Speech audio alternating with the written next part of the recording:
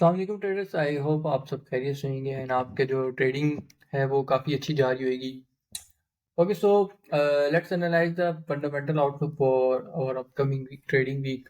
हमारा जो नया आने वाला वीक है ट्रेडिंग का, उसके फंडामेंटल आउटलुक के बारे में डिस्कस करें। तो फंडामेंटल आउटलुक जानने से पहले एक इम्पॉर्टेंट चीज़ है जो हमें एक्नॉलेज करनी चाहिए यहाँ पे। आप हमारे लिए इम्पॉर्टेंट है वो ये कि सेंटिमेंट एनालिसिस के पॉइंट ऑफ व्यू से, कि अभी रिसेंटली हमने देखा कि यूक्रेन के प्रेसिडेंट और जो यूएस के प्रेसिडेंट है डोनाल्ड ट्रम्प की जो है वो मीटिंग हुई है वाशिंगटन में, प्रेसिडेंट हाउस के अंदर।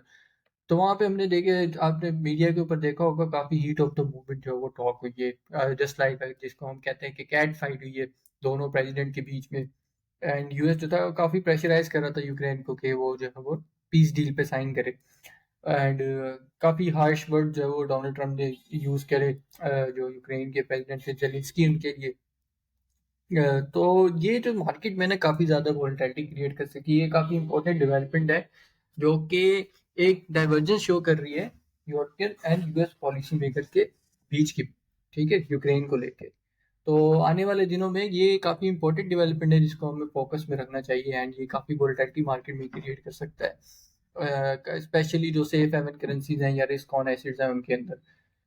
तो फंडामेंटल आउटलुक में सबसे पहले तो मंडे वाले दिन हमारे पास यूएस का, अब क्योंकि जैसा कि आपको पता है कि हम डॉलर को एज अ बेंचमार्क के तौर पे यूज करते हैं अपनी ट्रेडिंग के अंदर, तो इस वीडियो के अंदर हम स्पेसिफिकली डॉलर के फंडामेंटल्स के बारे में बात करेंगे, इकोनॉमिक कैलेंडर के बारे में।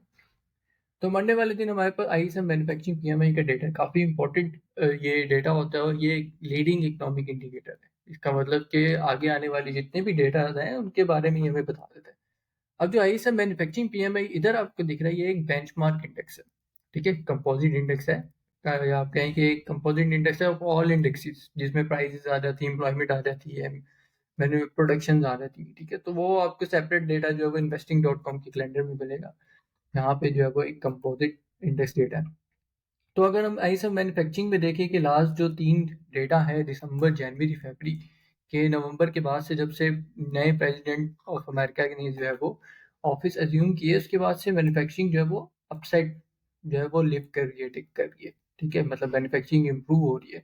और डोनाल्ड ट्रम्प का जो स्टांस है वो यही है कि जो अमेरिका को जो है वो मैन्युफैक्चरिंग कैपेबल बनाना है। ज़्यादातर अमेरिका की इकॉनमी का जो रिलायंस है वो अ, उसके ऊपर है, सर्विसेज के ऊपर है, ठीक है। तो अभी जिस तरह यहाँ पे आप देखें कि हम जो है वो पास्ट का अगर जितना डेटा देखें एक साल के पीछे जाके या उससे भी कोविड के बाद से जाके देखें, तो जब से इन्फ्लेशन बूम साइकिल शुरू हुआ तो इन्फ्लेशन के जो मैन्युफैक्चरिंग सेक्टर है यूएस का वो बहुत वीक है, बिलो 50 के नंबर थे हमारे पास सारे तकरीबन, ठीक है, एक्सेप्ट अप्रैल के जो एक फिगर था वो कुछ अच्छा आया था। तो ये हमें ये शो कर रहा था कि यूएस की जो मैन्युफैक्चरिंग सेक्टर है वो बहुत स्ट्रगल कर रहा है, ठीक है। लेकिन क्या है कि दिसंबर के बाद से उसमें इंप्रूवमेंट आती हुई दिख रही है जो कि एक अच्छा साइन है। ओके, तो अब जो ये डेटा आने वाला है इससे मैन्युफैक्चरिंग का, इसमें सबसे इंपॉर्टेंट चीज़ हमारे लिए ये नहीं है कि जो प्रीवियस डेटा 50.9 इससे ज़्यादा डेटा है तो वो स्ट्रॉन्ग है, या 50.6 से डेटा एक्चुअल है तो वो स्ट्रॉन्ग है। सबसे इंपॉर्टेंट चीज़ है वो ये है कि अबव 50 डेटा आना चाहिए। अबव 50 भी डेटा है तो ये पॉजिटिव साइन होगा डॉलर के लिए। एंड उसके बाद जो है वो मैन्युफैक्चरिंग में प्राइजेस, अगर आप देखें कि जनवरी फरवरी में जो प्राइजेस है वो बढ़ी हैं आईएसएम मैन्युफैक्चरिंग की इंडेक्स के अकॉर्डिंगली। तो ये भी एक चीज़ जो वो नज़र में रखने के लिए है कि जो नेक्स्ट आने वाली जो मॉनेटरी पॉलिसी मीटिंग है फेडरल रिजर्व की, वो उधर जो पॉलिसी मेकिंग के डिसीजंस है वो कैसे रह सकते हैं, क्योंकि इन्फ्लेशन का डेटा हमारे पास जो है वो हाई आया, कोर पीसीई डेटा हाई है, कंज्यूमर कॉन्फिडेंस हाई है, तो ये सारे सिग्नल कर रहे हैं कि इन्फ्लेशन जो है वो आगे आने वाले दिनों में बढ़ सकती है। इसका मतलब कि फेडरल रिजर्व जो है वो कॉशियस रहेगा इंटरेस्ट रेट को लेके या मॉनेटरी पॉलिसी को लेके। वेडनेसडे वाले दिन जो है हमारे पास यूएस में ADP employment change private sector के जो कितनी एम्प्लॉयमेंट क्रिएट करी है इसका डेटा है। तो ये डेटा जो है वो काफ़ी ट्रिकी हो सकता है, लेकिन हम इसको इतना फोकस में नहीं रखेंगे क्योंकि उसी दिन जो है वेडनेसडे वाले दिन ही हमारे पास जो है वो आईएसएम का सर्विसेज पीएमआई का डेटा, क्योंकि यूएस की जो इकॉनमी है 70% इज सर्विसेज। तो हमारे लिए ये डेटा काफ़ी इंपॉर्टेंट है, और क्योंकि मंथ के स्टार्ट में ये डेटा आता है तो यही डेटा जो है बस टोन सेट कर देता है डॉलर की थ्रू आउट द मंथ की वो कैसा रहेगा। जिस तरह लास्ट वीक अगर हम देखें तो जो आईएसएम सर्विसेज डेटा है वो वीक है फ्रॉम फोरकास्ट। तो आप देखें कि थ्रू आउट द मंथ जो था फरवरी डॉलर जो था वो वीक रहा, डाउन साइड सेलिंग प्रेशर में रहा। ठीक है, तो इसलिए आईएसएम सर्विसेज डेटा जो है वो काफ़ी इंपॉर्टेंट डेटा होता है हमारे लिए। देन वेडनेसडे वाले दिन क्रूड ऑयल के लिए काफ़ी क्रूशियल है जो ट्रेड करते हैं, क्योंकि हम देखिए लास्ट पास्ट जितने डेटा थे वो वीक वीक डेटा आ रहे थे, मतलब इन्वेंट्री पाइलअप्स हो रही थी। लेकिन अभी जो फैब्रिक का रिसेंट डेटा है फरवरी में भी लास्ट वीक, उसमें डिप्लीट हुई है इन्वेंट्रीज, जो कि एक अच्छा साइन है ऑयल के लिए। और ऑयल जो है काफ़ी ज़्यादा ओवरसोल्ड टेरिटरी के अंदर है। तो एक और डेटा अगर पॉजिटिव आता है, डिप्लीट होती है इन्वेंट्रीज, तो ये पॉजिटिव साइन होगा ऑयल के लिए। एक अच्छी स्विंग ट्रेड मिल सकती है यहाँ पे। फिर थर्सडे वाले दिन अनएम्प्लॉयमेंट क्लेम्स है। अनएम्प्लॉयमेंट क्लेम भी वीकली डेटा आता है, तो शॉर्ट टर्म ट्रेडिंग बन सकती है यहाँ पे अगर एक्चुअल डेटा जो है वो फोरकास्ट से ज़्यादा आता है या कम होता है। इसी तरह फ्राइडे वाले दिन हमारे पास एफओएमसी स्पीकर की मीटिंग स्पीच है। वॉलर की काफ़ी इंपॉर्टेंट फेड मेंबर है ये। तो ये क्या बोलते हैं पॉलिसी को लेके, इन्फ्लेशन के ऊपर, इंटरेस्ट रेट के ऊपर, के काफ़ी इंपॉर्टेंट होगा।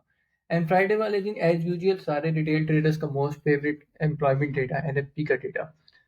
तो एनएफपी का डेटा देखने के लिए हमारे लिए इंपॉर्टेंट है हम देखें कि आईएसएफ सर्विसेज के अंदर एम्प्लॉयमेंट कैसी है, मैन्युफैक्चरिंग के अंदर एम्प्लॉयमेंट कैसी है, एंड उसके बाद जो है वो प्राइवेट सेक्टर ने कितनी एम्प्लॉयमेंट क्रिएट करी। यूजुअली इससे पहले हमारे पास जॉब जोर्स का डेटा भी आता है, लेकिन इस बार जॉब जोर्स का डेटा मेरे ख्याल है लेट आ रहा है, पहले नहीं आ रहा। तो उससे भी हमें एक अर्ली सिग्नल मिल जाता है एनएफपी के लिए कि जॉब ओपनिंग कितनी हुई है।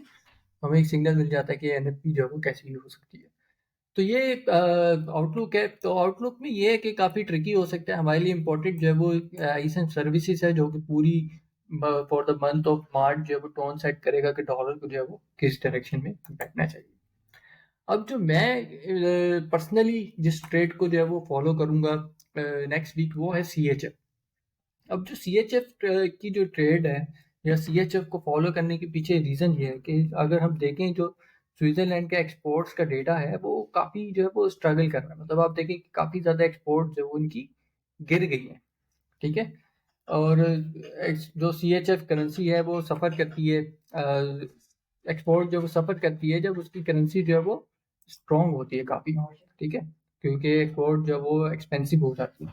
इसी तरह जो है वो अगर हम देखें 5 मार्च को हमारे पास जो है वो इम्पोर्टेंट डेटा है सीएचएफ का, सीपीआई का डेटा। ठीक है, इन्फ्लेशन का डेटा, जो कि काफ़ी इम्पोर्टेंट हो सकता है, क्योंकि की होगा, की ड्राइवर होगा सीएचएफ की मूवमेंट के लिए, या उसमें जो मूव की रेट होगी उसके लिए। तो अगर तो वीक सीपीआई डेटा आता है तो ये ऑब्वियसली जो स्विस नेशनल बैंक है उसको इंकरेज करेगा कि वो अपने इंटरेस्ट रेट जो है वो वापस नेगेटिव की तरफ जो है वो लेके चले जाए। ठीक, जो कि ताकि अपनी जो एक्सपोर्ट्स है उसको अपलिफ्ट करे, उसको बूस्ट करे, क्योंकि उनके पास अगर वीक सीपीआई का डेटा आता है तो कोई रीज़न नहीं होगा इंटरेस्ट रेट को होल्ड करने का या इंटरेस्ट रेट को हाई रखने का। ठीक है, तो इसके लिए सीएचएफ के लिए हम सबसे पहले तो डॉलर इंडेक्स को देखेंगे, डॉलर इंडेक्स जो है वो कैसा चल रहा है। तो डॉलर इंडेक्स ने ये जो बेरिश यहाँ पे इसका ऑर्डर ब्लॉक था, टेक्निकली हम देखें तो इसके मीन थ्रेशोल्ड से एक अच्छा बाउंस बैक दिए। लेकिन ओवरऑल जो बाइस है डॉलर के ऊपर वो जो है वो फंडामेंटली तो बेरिश ही है, लेकिन हम देखेंगे टेक्निकल सेंटीमेंट वाइज जो ट्रम्प की अभी रिसेंटली इंगेजमेंट हुई है, मतलब ही तो ही हम क्या है कि एग्रेसिव टॉक हुई है जेलेंस्की के साथ इस डील को लेके। और इसी तरह जो यूरोप में इलेक्शन हुए वो काफ़ी सरप्राइजिंग इलेक्शन हुए कि जो लेफ्ट विंग की पार्टीज है वो जीत गई हैं वहाँ पे।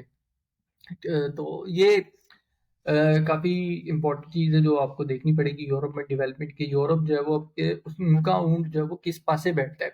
ठीक है, यूक्रेन को लेके, और वहाँ पे जिस नई पार्टी आई है इलेक्शन में, तो वो भी वो काफ़ी प्रो जो है वो ट्रम्प है एक तरह से। ठीक है, लेकिन वो इसकी इस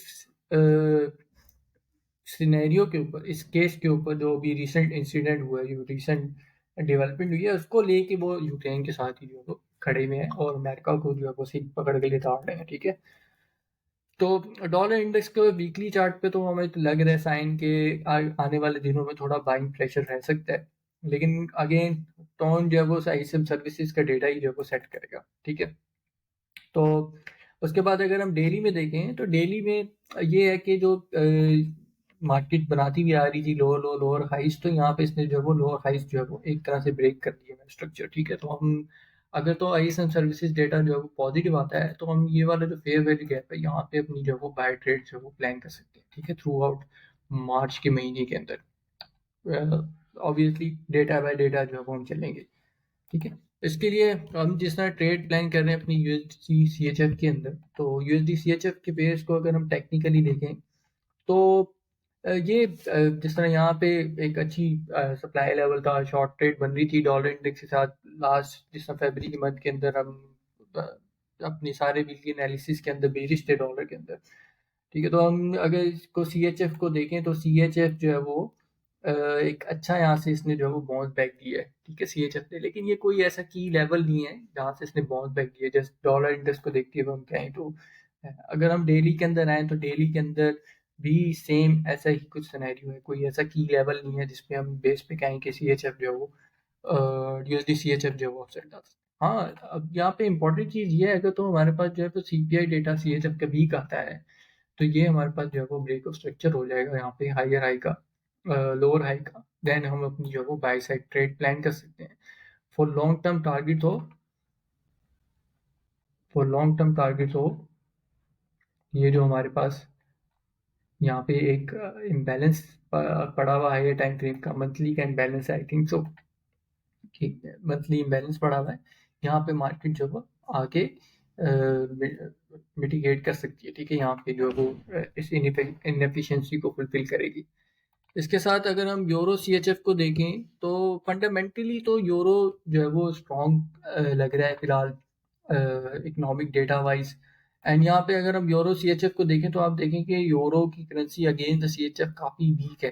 अब ये मंथली टाइम फ्रेम है, ठीक है, तो मंथली टाइम फ्रेम में अगर हम देखें तो लास्ट कपल ऑफ मंथ से 1 2 3 4 5 6 मंथ से जो है वो कंसोलिडेशन के अंदर है ये करेंसी। तो अगर यहाँ पे हमें कोई भी सिग्नल मिलता है नेगेटिव इंटरेस्ट रेट का सीएचएफ की, तो ये जो यूरो सीएचएफ है ये अच्छी रैली यहाँ पे दे सकता है, ठीक है, हमें, क्योंकि यूरो के इंटरेस्ट रेट जो पॉजिटिव है, ज़्यादा है सीएचएफ से। वीकली टाइम फ्रेम के अंदर आगे देखें तो वीकली टाइम फ्रेम में भी जो है वो एक कंसोलिडेशन है यहाँ पे, ठीक है, कंसोलिडेशन है एक तरह की इस प्राइस रेंज के अंदर। इसका मतलब यहाँ पे प्राइस जो है वो बैलेंस है कि बायर्स और सेलर्स जो है उनके बीच में एग्री कर रहे हैं इस लेवल पे प्राइस के अंदर, ठीक है। अब ये मैंने क्योंकि रैंडम कंसोलिडेशन बनाई है इसलिए आपको अजीब सी लग रही होगी, लेकिन जब आप इस पूरी कंसोलिडेशन रेंज के एवरेज निकालेंगे तो वो इधर ही बनता है आसपास, ठीक। अगर हम इसको डेली में आके देखें तो डेली टाइम फ्रेम के अंदर जो है वो आपको और क्लियर हो जाएगा कि ये देखें ये एक बड़ी कंसोलिडेशन है यहाँ पे, ठीक है। तो अगर कोई भी किसी भी तरह का सिग्नल मिलता है हमें नेगेटिव इंटरेस्ट रेट का इन सी एच एफ, तो हमें एक अच्छी रैली जो है वो यूरो सी एच एफ के अंदर देखने को मिल सकती है, ठीक है। एंड टेक्निकली कोई क्लैरिटी है नहीं एक्सेप्ट ये कि कंसोलिडेशन के अंदर है, कंसोलिडेशन के बाद हमेशा जो है वो एक एक्सपेंशन मूव आती है अच्छी खासी, ठीक है। तो ये वीकली फंडामेंटल आउटलुक था। आई होप सो ये वीडियो काफ़ी इंसाइटफुल होगी आपके लिए। एंड क्वेश्चन हो आपका नए आने वाले वीक से रिलेटेड आप कमेंट में पूछ सकते हैं। एंड अगर तो आप चैनल पे नहीं हैं तो मेक श्योर करें चैनल को सब्सक्राइब कर लें, बेल आइकन को प्रेस कर लें ताकि नई आने वाली जितनी भी वीडियोज़ हैं उनको आप मिस ना करें और टाइमली आपको उनकी नोटिफिकेशन मिल जाए। अपना बहुत ज़्यादा ख्याल रखिएगा। मिलते हैं आपसे नेक्स्ट वीडियो के अंदर। अल्लाह हाफिज़।